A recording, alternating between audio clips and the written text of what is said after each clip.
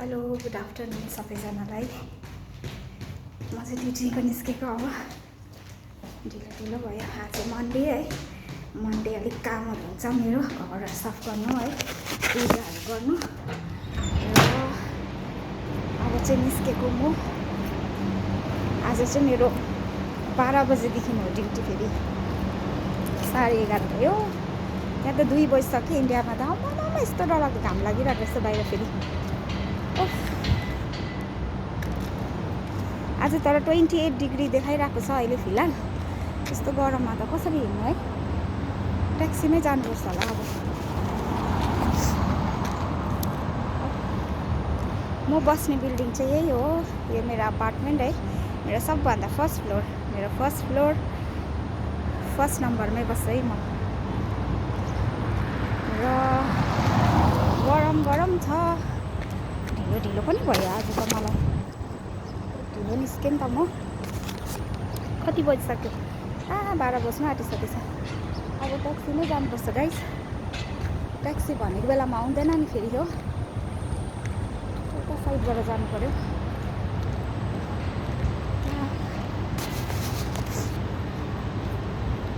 यस्तो गरममा त कसरी हिँडेर जानु?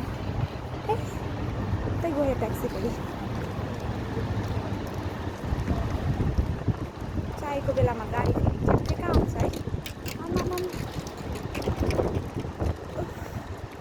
हावा पनि जस्तो चल्दै रहेछ फेरि, डरलाग्दो सबै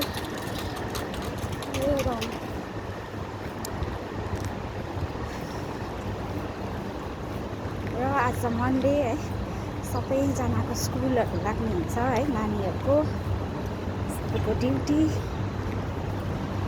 ट्याक्सीले नरोकेको हेर्नु नि फेरि, मलाई नदेखेको, मलाई ट्याक्सीमा जाउँ भनेको त सिधै उतै मात्रै जान्छ त।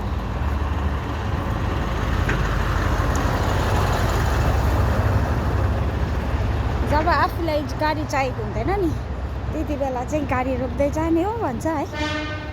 जब चाहिएको बेलामा चाहिँ फेरि यसरी पर्खिनुपर्छ है गाडी चाहिँ। एउटा आउँदो रहेछ उ परबाट।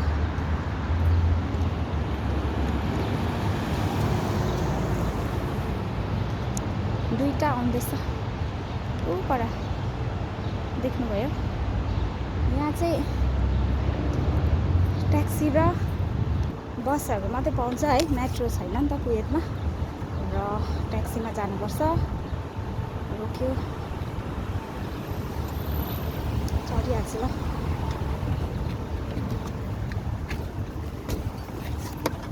अल्कुत्सुक सुल्तान, अल्कुत्सुका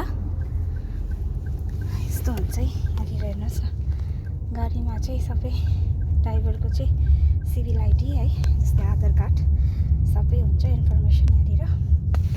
र अब चाहिँ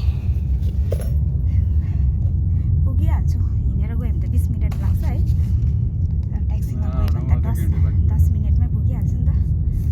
र पैसा रेडी गरिराख्नुपर्छ।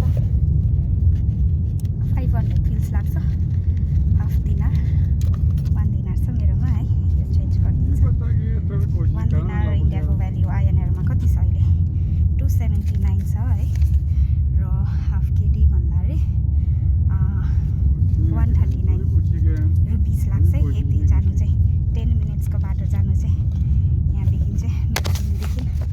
गरम पनि भयो है, ढिलो पनि भएर चाहिँ म ट्याक्सीमा गएको। अब पुगिहाल्छु म।